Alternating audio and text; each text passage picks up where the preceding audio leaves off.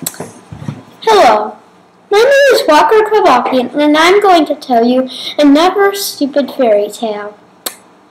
Now, it is called The Princess and the Bowling Ball.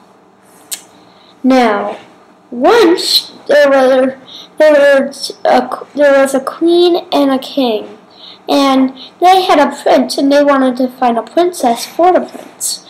So they would get all the girls to come to their castle, and they would make them sleep on 100 mattresses and put a pea under the bottom mattress, and they would find out if she could feel it. Now, for everyone, they asked if they felt anything while they were sleeping, and they would say no. And then they would be shown the door. Now, one day, the prince found the girl of his dreams. So, that night, when she was sleeping on all of those mattresses, he stuck a bowling ball right under the bottom mattress.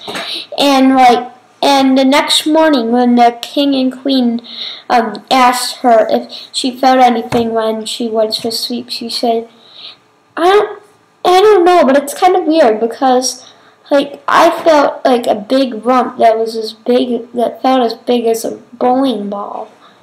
And then the next day, the prince and the princess were married. The end. Bye.